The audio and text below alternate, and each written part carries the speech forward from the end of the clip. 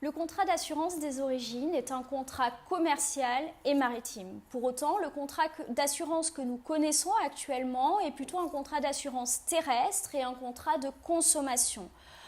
Pour tenter d'appréhender au mieux cette évolution, cette transformation majeure du contrat d'assurance, j'ai choisi de l'étudier sur une période allant du XVIe siècle jusqu'au XXe siècle.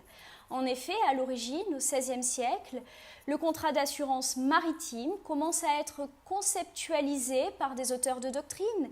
Le législateur français commence à le réguler aussi. Alors même que l'on a une base maritime, on voit que le contrat d'assurance va avoir tendance à s'installer progressivement sur terre. Cette première phase, c'est une phase de construction théorique du contrat d'assurance. Et elle s'étend jusqu'au milieu du XIXe siècle. À partir du milieu du XIXe siècle, en effet, la société entière change.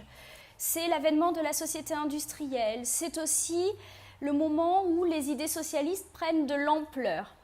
Et pour tenter de répondre aux besoins croissants de la société en sécurité, on va avoir tendance à déployer davantage le contrat d'assurance terrestre.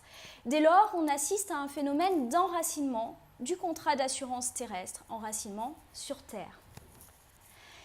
Et le point d'orgue de mon étude est ensuite la loi de 1930, cette loi, première loi sur le contrat d'assurance terrestre, qui entérine les grandes transformations jurisprudentielles, doctrinales, qui se sont développées entre le milieu du XIXe siècle et 1930.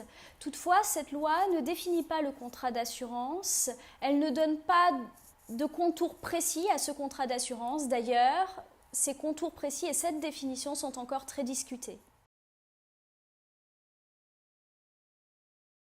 Mes sujets de recherche sont encore concentrés sur l'histoire du droit, histoire des institutions, histoire des sources du droit, histoire de l'enseignement du droit, qui continue évidemment de me plaire, et puis en lien avec mon travail qui a été primé, je continue à faire de la recherche en histoire du droit des assurances, histoire de la consommation, histoire du droit des obligations, histoire du droit des affaires, et j'ai le plaisir de pouvoir continuer ces recherches dans le cadre d'un programme pluriannuel de recherche sur l'assurance et la société, programme pluriannuel de recherche qui est organisé par l'Université Paris 1, Panthéon-Sorbonne, sous la direction de M. Raymond Dartevel.